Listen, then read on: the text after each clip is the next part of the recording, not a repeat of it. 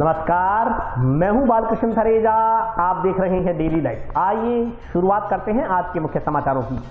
फसल कटाई की चक अनुसार उत्पादन रिपोर्ट सार्वजनिक करने की मांग, भाजपा कार्यकर्ताओं ने जिला कलेक्टर को सौंपा ज्ञापन। सिख समाज ने की सतीपुरा में निर्माणाधीन ओवरब्रिज के ऊपर बनने वाले सर्किल का नाम साहिबजादा चौक रखने की मांग। नशे के खिलाफ जागरूकता पैदा करने को लेकर जंक्शन स्थित राजकीय उच्च माध्यमिक विद्यालय में निकाली गई रैली। गुरु रविदास मंदिर में बसपा की बैठक आयोजित, कार्यकर्ताओं ने आगामी विधानसभा चुनाव को लेकर तैयारियों पर की चर्चा। स्ट्रीट वेंडर्स के लिए शुरू की गई ऋण योजना की प्रक्रिया सरल बनाने की मांग, आम आदमी पार्टी कार्यकर्ताओं ने जिला कलेक्टर को सौंपा ज्ञापन। और अब समाचार विस्तार से। फसल कटाई प्रयोग की चक अनुसार उत्पादन रिपोर्ट सार्वजनिक करने की मांग को लेकर मंगलवार को भाजपा कार्यकर्ताओं ने पूर्व मंत्री डॉक्टर रामप्रताप के नेतृत्व में जिला कलेक्टर को ज्ञापन सौंपा। फसल कटाई प्रयोग की चक अनुसार उत्पादन रिपोर्ट सार्वजनिक करने व प्रधानमंत्री फसल बीमा योजना में फसल की गारंटीड उपज के बारे में जानकारी किसानों को उपलब्ध करवाने की मांग को लेकर भारतीय जनता पार्टी कार्यकर्ताओं ने पूर्व मंत्री डॉक्टर रामप्रताप व जिलाध्यक्ष बलबीर बिश्नोई के नेतृत्व में मंगलवार को जिला कलेक्टर को ज्ञापन सौंपा। इस मौके पर भाजपा जिलाध्यक्ष बलबीर बिश्नोई ने कहा कि हनुमानगढ़ जिला कृषि प्रधान जिला वर्ष 2016 में केंद्र सरकार की ओर से किसानों की फसल का नुकसान होने पर नुकसान की भरपाई के लिए प्रधानमंत्री फसल बीमा योजना लागू की गई। बिश्नोई के अनुसार फसल के नुकसान का आकलन फसल कटाई प्रयोग से ही होता है। बीमा कंपनी की ओर से गारंटीड उपज फसल कटाई प्रयोग से ही बीमा कंपनी किसान के नुकसान की भरपाई की जाती है, जबकि किसानों को न तो फसल कटाई प्रयोग और न ही बीमा कंपनी की ओर से गारंटी उपज की जानकारी दी जाती है। ऐसी स्थिति में किसानों का नुकसान होता है। प्रधानमंत्री बीमा फसल योजना का पूरा लाभ किसानों को नहीं मिल पाता। इस मौके पर बोलते हुए पूर्व मंत्री डॉक्टर रामप्रताप ने कहा कि पूर्व में बकाया किसानों के फसल बीमा का भी अविलंब भुगतान किया जाए। प्रधानमंत्री फसल बीमा का लाभ किसानों को मिले, इसके लिए फसल कटाई प्रयोग व बीमा कंपनी की ओर से निर्धारित गारंटीड उपज की जानकारी किसानों को उपलब्ध करवाई जाए। ज्ञापन देने वालों में भाजपा जिला महामंत्री जुगल किशोर गौड़, संतोष बिश्नोई, पवन श्रीवास्तव सहित अन्य कार्यकर्ता मौजूद रहे।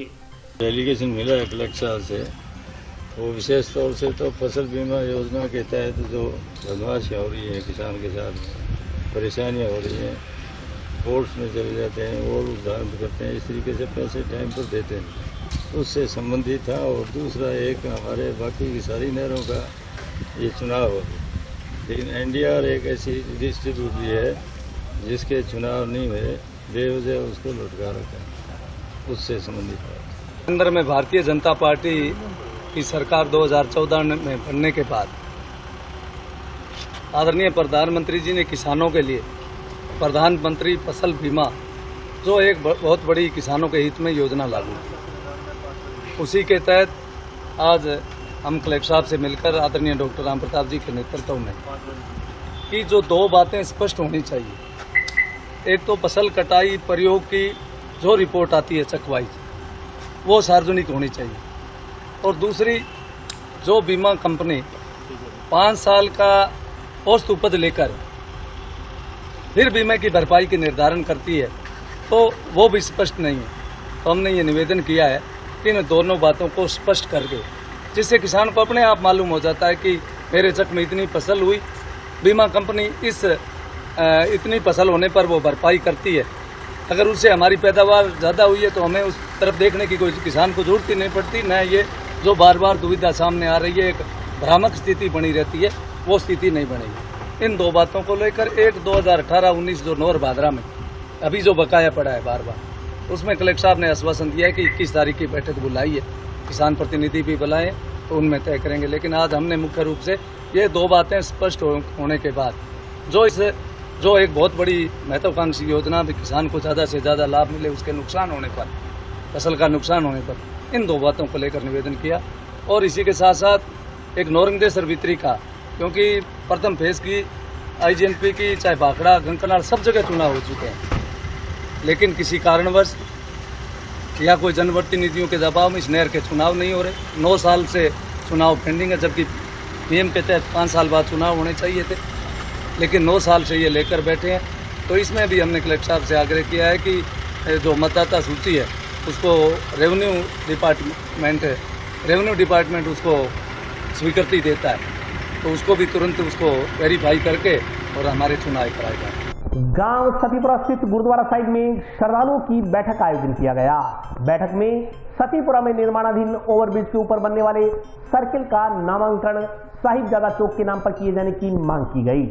गांव सतीपुरा स्थित गुरुद्वारा साहिब में श्रद्धालुओं की एक बैठक का आयोजन किया गया। इसमें सतीपुरा में निर्माणाधीन ओवरब्रिज के ऊपर बनने वाले सर्किल का नामांकन साहिबजादा चौक के नाम पर किए जाने को लेकर विचार विमर्श किया गया। बैठक में सर्वसम्मति से इस चौक को साहिबजादा चौक का नाम दिया गया। साथ ही चौक का नामकरण साहिबजादा चौक के नाम पर करवाने की मांग को लेकर प्रशासन से मिलने का भी निर्णय लिया गया। इस मौके पर गुरुद्वारा पदाधिकारियों ने बताया कि इस चौक का नामकरण साहिबजादों के नाम पर करने के संदर्भ में पहले भी गुरुद्वारा साहिब में श्रद्धालुओं की बैठकें हो चुकी है। प्रशासन से मांग है कि पुल का निर्माण कार्य पूरा होने के बाद चौक निर्माण के लिए जगह आवंटित की जाए। साथ ही चौक का नामकरण साहिबजादा चौक के नाम पर करने की स्वीकृति दी जाए, क्योंकि यह पंजाबी बाहुल्य क्षेत्र है। क्षेत्र के लोगों की मांग है कि उनकी भावनाओं को ध्यान में रखते हुए चौक का नाम साहिबजादा चौक रखा जाए। श्रद्धालुओं ने बताया कि बठिंडा में बने पुल की तर्ज पर बन रहे इस पुल का निर्माण 4 दिशाओं में हो रहा है। इस पुल से जंक्शन क्षेत्र में प्रवेश करते हैं तो शहर में शहीद भगत सिंह चौक बना हुआ है। टाउन में प्रवेश करते हैं तो ऐतिहासिक गुरुद्वारा सुखा सिंह अताप सिंह है। संगरिया में शहीद उद्यम सिंह के नाम से चौक बना हुआ है। पुल एक तरफ से पंजाब की तरफ बन रहा है। चौराहा होने के कारण श्रद्धालुओं की मांग है कि यहाँ गुरु गोविंद सिंह जी के चारों साहिबजादों के नाम पर इस चौक का नामांकन हो। साथ ही श्रद्धालुओं के निर्णय अनुसार आज से इस चौक को साहिबजादा चौक के नाम से पुकारा जाएगा। बैठक में पूर्व पार्षद राम सिंह सिद्धू ने कहा कि ग्रामीणों व शहरवासियों की मांग है कि निर्माणाधीन ओवरब्रिज के ऊपर बनने वाले सर्किल का नाम साहिबजादा चौक रखा जाए। बैठक में दर्जनों की संख्या में श्रद्धालु मौजूद रहे। आज हम सब जो है इस क्षेत्र के लोग जो है इकट्ठे हुए हैं गुरुद्वारा सतीपुरा साहिब के अंदर। हमारा ये आज मकसद है कि हम ये जो निर्माणाधीन पुल है सतीपुरे का, इसके ऊपर जब ये बन जावे उस सर्कल का नाम जो है हम साहिबजादे चौक रख रहे हैं। आज हम सब लोग इसी विषय के अंदर इकट्ठे हुए हैं, विचार विमर्श किया है और हमने जो है ये विचार किया है कि हम सब मिलकर के उस चौक पर चलेंगे जहाँ जो है हमने पुल के पास है, जहाँ जो है हमने इस चौक का निर्माण करना है। 1.5 साल अभी पड़ा है इसके अंदर जो है पुल बनने के ऊपर, परंतु आज से ही हम क्षेत्र की सारी संगत से निवेदन करते हैं और आग्रह करते हैं कि आज से, और घोषणा है ये हमारी कि आज के बाद ये क्षेत्र जो है वो साहिबजादा चौक कहलाएगा। हम सब इसके लिए तन मन धन से जो है सहयोग करेंगे। प्रशासन से आग्रह करेंगे कि उन शहीदों के नाम के ऊपर जो है इस चौक का निर्माण किया जाए और हमें परमिशन दी जाए। ध्यान रखने वाली बात यह है कि हम भीख वाली बात नहीं मांगेंगे, हम आग्रह करेंगे कि इस स्थान का नाम जो है वो शहीदों के नाम पे किया जाए, साहिबजादा चौक रखा जाए। ਅੱਜ ਦੀ ਜਿਹੜੀ ਇਹ ਬੇਨਤੀ ਹੈ ਸਾਡੀ ਇਹੀ ਹੈ, ਜੋ ਸੰਗਤ ਸਤੀਪੁਰਾ ਗੁਰਦੁਆਰਾ ਸਾਹਿਬ ਦੇ ਵਿੱਚ ਅੱਜ ਇਕੱਠੇ ਹੋਏ ਹਾਂ ਅਸੀਂ, ਤਾਂ ਸਾਡੀ मतलब ਕੀ है कि ਮੰਗ ਇਹ है कि जो ये पुल निर्माणाधीन है और इसके बीच में जो चौक बनना है, तो उस चौक के लिए हम यहाँ इकट्ठे हुए हैं कि यहाँ जो चौक है वो चौक गुरु गोविंद सिंह जी के जो 4 साहिबजादे हैं तो उनके नाम पर साहिबजादे चौक इसका नाम रखा जाए। सारी संगत कई दिनों से मतलब क्या है, यहाँ मीटिंग पहले भी 2-3 बार हो चुकी है। आज जो हम यहाँ इकट्ठ के रूप में यहाँ दिखा रहे हैं, तो हमारा ये मेन मकसद यही है कि प्रशासन से हम क्या है, जैसे भाई साहब ने कहा है कि हम मांग यही रखते हैं कि हमें यहाँ साहिबजादा चौक बनाने के लिए जगह मतलब आवंटित की जाए, क्योंकि हम जो सारे यहाँ सरपंच साहब है, सारे है जो भी है प्रशासनिक जितने भी हमारे यहाँ आदमी हैं वो सारे इकट्ठे हुए हैं और ये पंजाबी बहुल्य क्षेत्र है। तो यहाँ मतलब क्या है कि सुंदरता को देखते हुए और यहाँ मतलब चारों साइड में, जैसे इधर मतलब क्या है कि ऐतिहासिक गुरुद्वारा सुखा सिंह महताल सिंह है, ये इस साइड में अपन निकलते हैं हनुमानगढ़ टाउन में, तो इधर हम जाते हैं तो भगत सिंह चौक है वो भी शहीदों के नाम से है, ये भी शहीदों के नाम से है। इधर ये मतलब क्या है कि इधर सरदार उद्यम सिंह जी बैठे हुए हैं संगरिया में, और इधर ये पंजाब की ओर क्षेत्र जाता है। तो ये जो चकोर है, ये चकोर बिल्कुल मतलब क्या है कि बिल्कुल ये डिमांड ये करता है कि यहाँ ये 4 साहिबजादे गुरु साहब के हैं तो उन्हीं के नाम पर ये मतलब क्या है साहिबजादा चौक इसका नाम रखा जाए। तो हम तो प्रशासन से ये बेनती करेंगे और हमारी ये बेनती पूरी की जाए। बाकी आज से ही हमें जो चौक है, नाम हम इसका क्या है, शहजादे चौक के नाम से आज से हम पूरी संगत इसको इसी नाम से पुकारेंगे।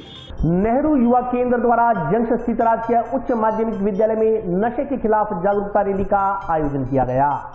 मंगलवार को जंक्शन की राजकीय उच्च माध्यमिक विद्यालय डब्बरवाला खुंजा में नशे के खिलाफ रैली का आयोजन किया गया। नेहरू युवा केंद्र की ओर से इस रैली का आयोजन हुआ। नेहरू युवा केंद्र की जिला युवा अधिकारी मधु यादव ने बताया कि ना नशा करूंगा और ना ही नशा किसी को करने दूंगा की थीम पर इस रैली का आयोजन हुआ। रैली को झंडी दिखाकर सूचना एवं जनसंपर्क अधिकारी सुरेश बिश्नोई, सामाजिक न्याय एवं अधिकारिता विभाग की परिवीक्षा अधिकारी अंकिता गर्ग और स्कूल की कार्यवाहक प्रिंसिपल सुमन बाला ने संयुक्त रूप से झंडी दिखाकर रवाना किया। इस मौके पर नेहरू युवा केंद्र की मधु यादव ने बताया कि नशे के खिलाफ पुलिस द्वारा चलाए जा रहे अभियान में पुलिस का सहयोग किया जाना चाहिए। उन्होंने कहा कि नशा एक समाज के लिए गंभीर समस्या है जिसकी गर्त में युवा खोते जा रहे हैं, इसलिए युवा सही मार्ग पर चलें, नशे से दूर रहें, न तो समय नशा करें न वह किसी को नशा करना दे। उन्होंने कहा कि इसी उद्देश्य को लेकर रैली का आयोजन किया गया। उन्होंने कहा कि नशे जैसी बुराई से समाज तभी दूर रह सकता है जब इसके प्रति अवेयरनेस पैदा हो। इसी अवेयरनेस को पैदा करने के उद्देश्य को लेकर रैली का आयोजन हुआ। इस मौके पर देवेंद्र पुनिया, लक्ष्मी नारायण, सुखपाल कौर, परमजीत ओकवाल, वीना शर्मा सहित अन्य लोग उपस्थित रहे।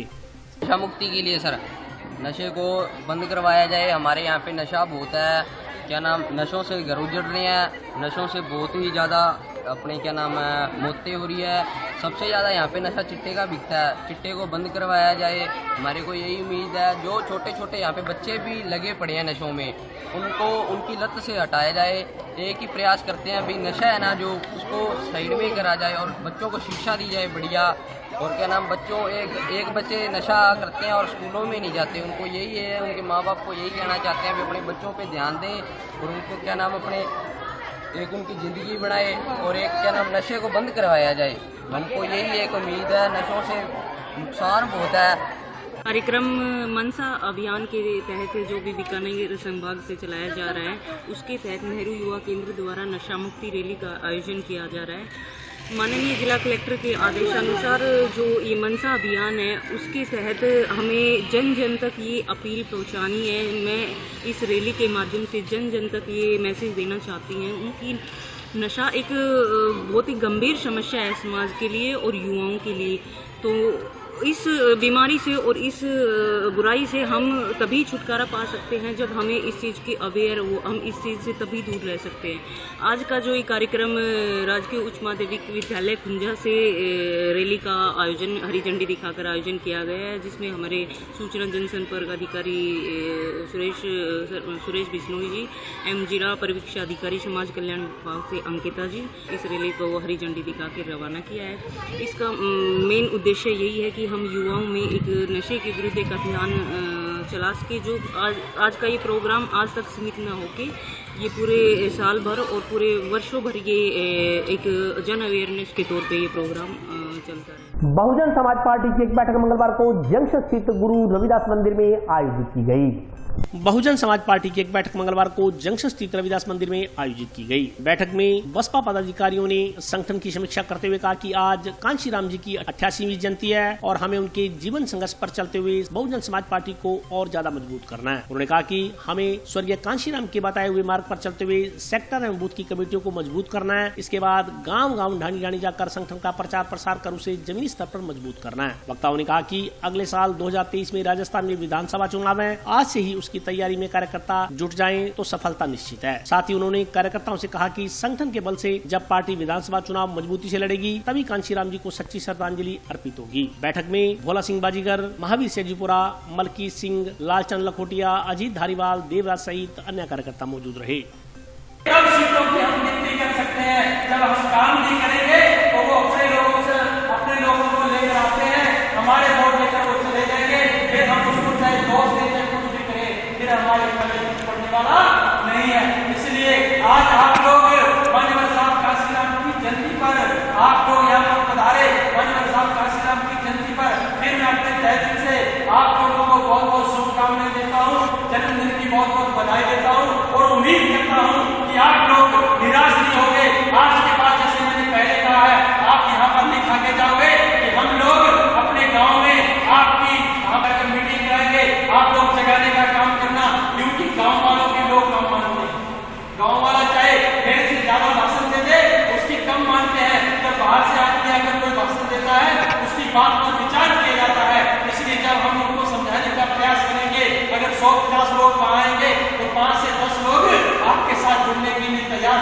आज बहुजन समाज पार्टी के संस्थापक दलितों के मसीहा, गरीबों में राजनीति की सोच पैदा करने वाले मान्यवर साहब कांसीराम जी की 88वीं जयंती आज बहुजन समाज पार्टी के तत्वाधान में हनुमानगढ़ जिला इकाई द्वारा मनाई गई है और लोगों को मान्यवर साहब कांसीराम जी के संघर्ष के बारे में कार्यकर्ताओं को बताया गया है और हमारी बहुजन समाज पार्टी के जो यहाँ के ज़िले के पदाधिकारी हैं उनकी समीक्षा की गई है और आगे जो हमें काम करना है बहुजन समाज पार्टी को लक्ष्य 2023 को लेकर, उसके लिए भी हमारे यहाँ पर अभी उनको निर्देश दिए गए हैं कि आप क्षेत्र में जाओ और ज़्यादा से ज़्यादा लोगों को बहुजन समाज पार्टी को जोड़ने का काम करें। आज बहुजन समाज पार्टी के संस्थापक मान्यवर कांसीराम साहब की 88वीं जयंती है। उस जयंती पर बहुजन समाज पार्टी जिला इकाई द्वारा इधर संगठन की समीक्षा के रूप में इधर कार्यक्रम रखा गया है। हम लोगों ने जिले के पूरे कार्यकर्ताओं ने प्रण लिया है कि हम लोग मान्यवर कांसीराम साहब के बताए हुए मार्ग पर सेक्टर और बूथ की मजबूत कमेटी बना करके इधर हम लोग हनुमानगढ़ जिले में बहुजन समाज पार्टी का जो 2023 का चुनाव है बहुत मजबूती के साथ इधर बहुजन समाज पार्टी को लड़ने का काम करेगी और हनुमानगढ़ जिले में परिणाम भी बहुजन समाज पार्टी के पक्ष में आएगा। इसी प्रण लेकर के आज ही इधर हम जा रहे हैं। काम दिलवाने की मांग को लेकर क्षेत्र के बेरोजगार युवाओं ने मंगलवार को जिला कलेक्टर को ज्ञापन सौंपा। गुंडागर्दी, गुंडागर्दी, इंकलाब जिंदाबाद, इंकलाब जिंदाबाद, इंकलाब जिंदाबाद, हमारी मांगे पूरी करो। काम दिलवाने की मांग को लेकर क्षेत्र के बेरोजगार युवाओं ने मंगलवार को जिला कलेक्टर को ज्ञापन सौंपा। ज्ञापन में कहा गया है कि हनुमानगढ़ जिले में एक ड्रिलिंग कंपनी का कार्य चल रहा है। कंपनी की ओर से अन्य राज्यों से श्रमिक लाकर 8 घंटे की बजाय 12-12 घंटे काम करवाया जा रहा है, जबकि हनुमानगढ़ के बेरोजगार युवक दर की ठोकरें खा रहे हैं। उनके पास कोई काम नहीं है। इन बेरोजगार युवाओं ने कहा कि सरकार व प्रशासन मजदूरों को उनके हकों के साथ बेरोजगार लोगों को रोजगार से जोड़ने के लिए प्रयास कर रहा है। वहीं ऐसी निजी कंपनियां अन्य राज्यों से श्रमिकों को बुलाकर कार्य करवा रही है। बेरोजगार युवकों ने बताया कि उन्होंने उक्त कंपनी को कार्य देने के लिए प्रार्थना पत्र सौंपा था, परंतु कंपनी की ओर से उन्हें कार्य देने से इनकार कर दिया गया। जब कंपनी की ओर से मजदूरों के साथ की जा रही मनमानी के बारे में प्रशासन को सूचित किया गया तो कंपनी की ओर से मुकदमा करवाने की धमकी देते हुए थाना में प्रार्थना पत्र भी सौंपा गया। इससे बेरोजगार युवाओं में भारी रोष व्याप्त है। बेरोजगार युवाओं ने ज्ञापन के जरिए गुहार लगाई कि कार्य देने के लिए कंपनी को पाबंद किया जाए। ज्ञापन देने वालों में राजा सिद्धू, सुभाष गोदारा, समीर खान, प्रशांत सोनी, फिरोज खान सहित अन्य युवक उपस्थित रहे। METL कंपनी है जो शहर के अंदर पोटाश निकालने का कार्य कर रही है। उस कंपनी के अंदर बाहरी राज्यों से लोगों को लाकर 8 घंटे की बजाय 12 घंटे का काम करवाया जा रहा है और लोकल जो बेरोजगार लोग हैं उन्हें कोई रोजगार नहीं दिया जा रहा। आज हमने कलेक्टर साहब को ज्ञापन दिया है। इससे पूर्व भी थाने में और ADM मैडम को ज्ञापन दिया था, जिसकी कोई कार्रवाई नहीं हुई है। और आज कलेक्टर साहब ने हमें ये आश्वासन दिलाया है कि इस कंपनी के खिलाफ उचित कार्रवाई की जाएगी और जो बेरोजगार हैं उन्हें रोजगार दिलवाने के भरपूर प्रयास किए जाएंगे। ये प्राइवेट कंपनी है। ये जो कंपनी है वैसे तो ये क्या है, सरकारी कंपनी है जो ऊपर से है, लेकिन इनको आगे टेंडर मिलते हैं और इसमें यह प्राथमिकता दी जाती है कि जो वहाँ के लोकल बेरोजगार लोग हैं उनको रोजगार दिया जाए, लेकिन लोकल लोगों की तरफ कोई ध्यान नहीं दिया जा रहा। बाहर के लोगों को इसके अंदर कार्य दिया जा रहा है। हम सब यही मांग है कि लोकल बेरोजगार लोगों को रोजगार दिया जाए। METL कंपनी है जो बाहर से आई है हनुमानगढ़ में, उनकी प्राथमिकता है कि लोकल लोगों को कार्य दिलवाए। तो इनकी मतलब कोई विशेष भूमिका नहीं रही है लोकल लोगों को कार्य देने की। सभी बेरोजगार हैं यहाँ। बाहर से लोग लाते हैं 8 घंटे की बजाय उनसे 12 घंटे काम करवाते हैं। तो हमने पिछले दिनों ADM मैडम को भी ज्ञापन दिया था, कोई कार्रवाई नहीं हुई। कुछ लोग गए थे वहाँ कार्य मांगने के लिए, उनके ऊपर उन्होंने कार्रवाई की, उनसे व्यवहार किया और उन पर पुलिस के द्वारा मुकदमे भी दर्ज किए गए। तो हमने आज कलेक्टर साहब से मिलकर ज्ञापन दिया है और इनसे निवेदन किया है भी जल्द से जल्द इस पे कार्रवाई की। METL कंपनी पर जो भी कार्रवाई हो वो करे, वे रोजगारों को कार्य दिलवाए। और अभी वक्त ब्रेक का, हाजिर होता हूँ छोटे से ब्रेक के बाद।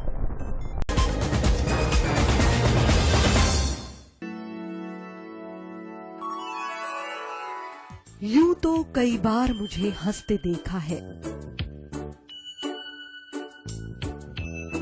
पर ये हंसी कुछ और है। ये गहना मुझ पर जचता है,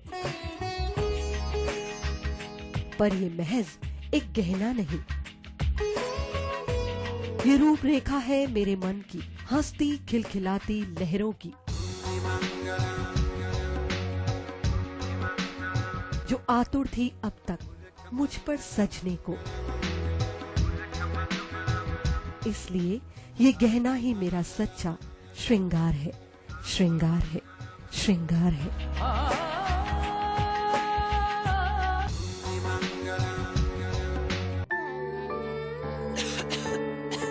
दीदी ये देखो,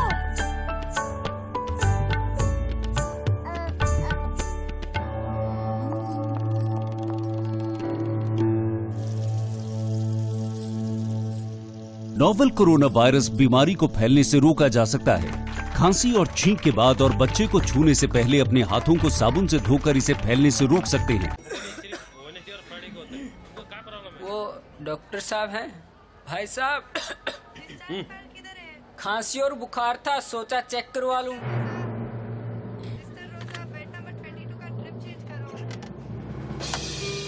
नोवेल कोरोना वायरस बीमारी को फैलने से रोका जा सकता है।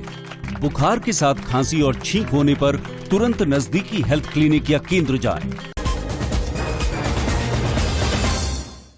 ब्रेक के बाद स्वागत है। आइए नजर डालते हैं अगले समाचारों पर। आम आदमी पार्टी कार्यकर्ताओं ने जिला कलेक्टर को ज्ञापन देकर स्ट्रीट वेंडर्स के लिए शुरू की गई इंदिरा गांधी क्रेडिट कार्ड योजना की प्रक्रिया सरल करने की मांग की है। आम आदमी पार्टी कार्यकर्ताओं ने जिला कलेक्टर को ज्ञापन देकर इंदिरा गांधी शहरी क्रेडिट कार्ड योजना के अंतर्गत बैंकों द्वारा दिए जा रहे ऋण की व्यवस्था दुरुस्त करवाने की मांग की है। ज्ञापन में कहा गया है कि इस योजना के तहत शहरी क्षेत्र के स्ट्रीट वेंडर, युवाओं तथा बेरोजगार युवाओं के हितार्थ नगर निकाय क्षेत्रों में निवास करने वाले असंगठित क्षेत्र के मजदूरों को 50,000 रूपए का ब्याज मुक्त ऋण उपलब्ध करवाया जाना था। इस ऋण का उद्देश्य स्वरोजगार के लिए प्रोत्साहित करना था। ज्ञापन के अनुसार हनुमानगढ़ जिले के 6 निकायों में लगभग 15,000 से ज्यादा स्ट्रीट वेंडर्स पंजीकृत हैं। अकेले हनुमानगढ़ नगर परिषद में 4,000 स्ट्रीट वेंडर्स पंजीकृत हैं, जिनसे नगर परिषद ने पंजीकरण के समय 500 रूपए प्रति फीस के रूप में वसूल किया। इस योजना के तहत लगभग 3600 लोगों ने ऑनलाइन आवेदन किया है। आवेदन करने वालों से ई मित्र संचालकों द्वारा 300 रूपए से लेकर 500 रूपए प्रति आवेदन वसूल किया जा रहा है। ज्ञापन के अनुसार आज के दिन तक विभिन्न बैंकों द्वारा 100 से भी कम लोगों का ऋण स्वीकृत किया गया है। बैंकों द्वारा गारंटी के नाम पर मकान, दुकान, प्लॉट आदि का पट्टा, रजिस्ट्री आदि की मांग की जा रही है। इसके अलावा आवेदकों से मूल निवास प्रमाण पत्र भी मांगा जा रहा है। ज्ञापन के अनुसार बैंकर्स द्वारा कहा जा रहा है कि ये सरकार की स्पॉन्सर स्कीम है, इसका पैसा वापस चुकाना जरूरी है। ज्ञापन में बैंकों द्वारा लोन देने के लिए अपनाई जा रही पेचीदा प्रक्रिया को सरल बनाते हुए बेरोजगार लोगों को रोजगार में सहायता देने की मांग की गई है।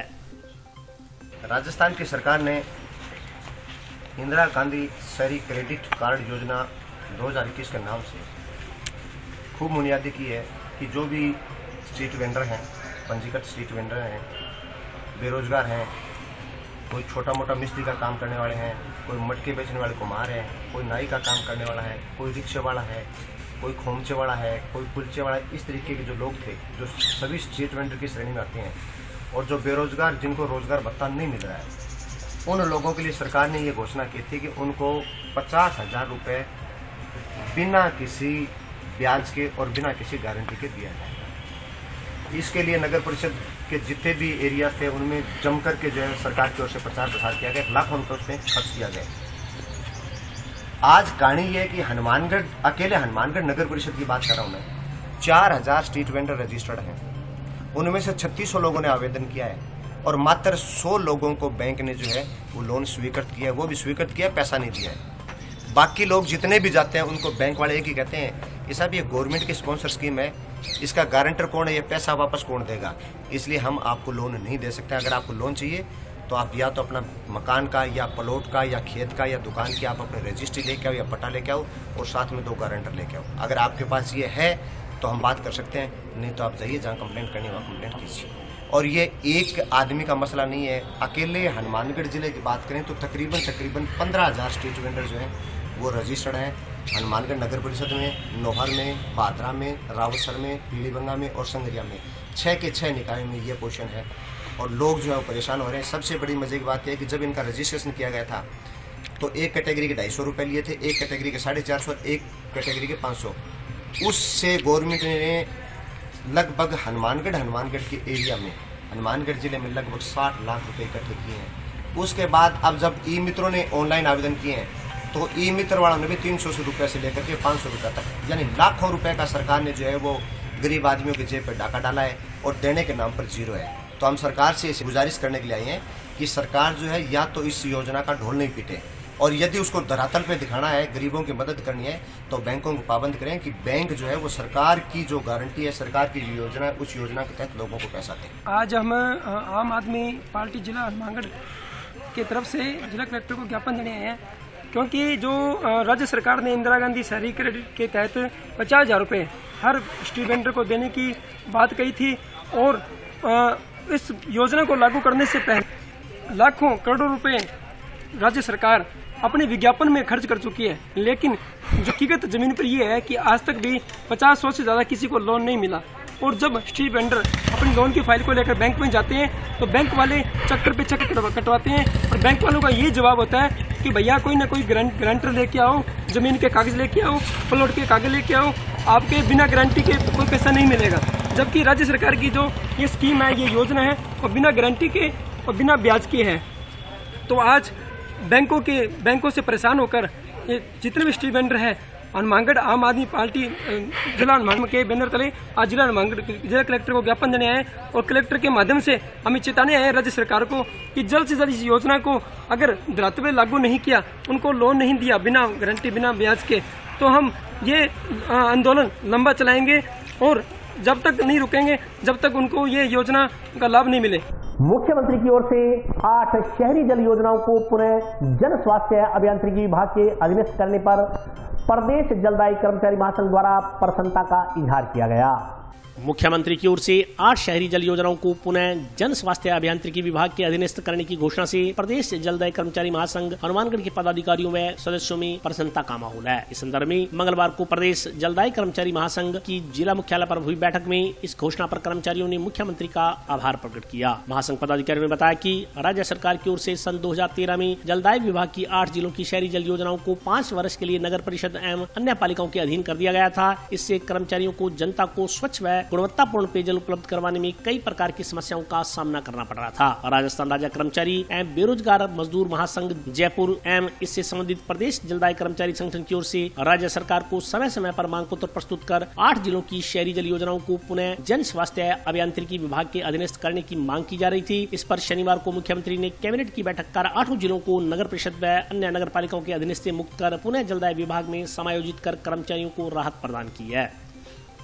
ये प्रदेश जलदायी कर्मचारी महासंघ जिला हनुमानगढ़ की तरफ से मुख्यमंत्री का धन्यवाद ज्ञापन करने के लिए हमने आज ये कार्यक्रम रखा है, क्योंकि 2013 के अंदर हमारी प्रदेश की 8 जल योजनाएं जो जलदायी विभाग से हटा करके शहरी जल योजनाओं नगर परिषद को नगर पालिकाओं को दे दी थी। उसी उपलक्ष्य में हमने बार बार राजस्थान राज्य कर्मचारी बेरोजगार मजदूर की संघ की तरफ से प्रदेश जलदायी निगम से मुख्यमंत्री जी के नाम, प्रभारी मंत्री जी के नाम और जलदायी मंत्री जी को जिला कलेक्टर की मार्फत से बार बार हमने ज्ञापन दे करके ये मांग करते आ रहे हैं कि हमारी जो 8 जल योजनाएं जो शहरी को दे रखी है वो वापस मूल विभाग को दी जाए, ताकि इसमें जो कर्मचारी है उनका शोषित ना हो और जो पानी की जो गुणवत्ता है वो उनको वापस मिल सके। इसी उपलक्ष्य में अभी शनिवार को मुख्यमंत्री कैबिनेट बैठक के अंदर ये निर्णय लिया गया कि 8 जल योजनाओं को वापस उसके मूल विभाग को दी जा रही है। इसी उपलक्ष्य में हमने उनका आभार प्रकट करने के लिए आज ये प्रोग्राम रखा है। राजस्थान नर्सिंग एसोसिएशन पदाधिकारियों ने जिला कलेक्टर को ज्ञापन देकर राजकीय चिकित्सालय में कार्यरत संविदा कर्मियों का कार्यकाल बढ़ाए जाने की मांग की है। राजस्थान नर्सेज एसोसिएशन के पदाधिकारियों ने जिला कलेक्टर को ज्ञापन देकर जिला चिकित्सालय में कार्यरत संविदा नर्सिंग कर्मियों का कार्यकाल बढ़ाए जाने की मांग की है। दिए गए ज्ञापन में कहा गया है कि जिला चिकित्सालय में स्थापित आईसीयू एवं हाई फॉक्स फैसिलिटीज में स्थापित एचडीयू के संचालन हेतु ब्लू एजल एंड कंपनी हनुमानगढ़ टाउन के माध्यम से संविदा कार्मिकों को नियुक्ति दी गई थी। अब इन कार्मिकों का कार्यकाल 31 मार्च को समाप्त हो रहा है। अतः उक्त संविदा नर्सिंग कर्मियों का कार्यकाल 2 वर्ष के लिए और बढ़ाया जाना चाहिए, ताकि आम जन को प्राप्त हो रही स्वास्थ्य सेवाओं में किसी प्रकार का विघ्न न हो। ज्ञापन देने वालों में नर्सिंग एसोसिएशन के जिलाध्यक्ष गुगनाराम सारण सहित अन्य स्वास्थ्य कर्मचारी शामिल रहे। आज हम जिला कलेक्टर महोदय से हमारी यूटीवी पर कार्यरत जो स्टाफ है उनके 31 मार्च से जो लास्ट डे के लिए इन्होंने पहले इनको नियुक्त किया था, उस तारीख को आगे बढ़ाने के लिए निरंतर हमने संपर्क किया है कलेक्टर साहब से, क्योंकि हॉस्पिटल में नया आईसीयू तैयार हो रहा है और अन्य जगहों पर भी स्टाफ की कमी है। ये कलेक्टर साहब को अवगत करवाया कि इन बच्चों को आगे इनको अभी 3 महीने पहले लगाया गया था यूटीबी बेस पे। हाँ जी, अभी आवश्यकता है इनके अलावा भी आवश्यकता है, स्टाफ की बहुत कमी चल रही है, इसलिए हमने आज निवेदन किया साहब से। नर्सिंग एसोसिएशन के जिला अध्यक्ष जुगन जी सार ने बताया है कि भी हमें क्या है यूटीबी के तहत रखा गया था लगभग 3 महीने पहले भी क्या हम 1 वर्ष सेवा कर चुके हैं। उस दौरान भी इन्होंने हमें क्या इस कारणवश हटा दिया था और वापस ले लिया था, और अभी भी स्टाफ की काफ़ी कमी चल रही है। एक आईसीयू का उद्घाटन भी होने वाला है, नए आईसीयू का, तो स्टाफ की काफ़ी कमी है जैसे जुगन जी सार ने बताया है। तो इस संबंध में हम आज जिला कलेक्टर महोदय से मिलने आए हैं और हमें पूरा आश्वासन है कि हमारी मांगों पर यह सकारात्मक विचार करके हमारी मांगें पूरी करें। और आज के लिए बस इतना ही। कल फिर हाजिर होता हूँ नए समाचारों के साथ, तब तक के लिए नमस्कार।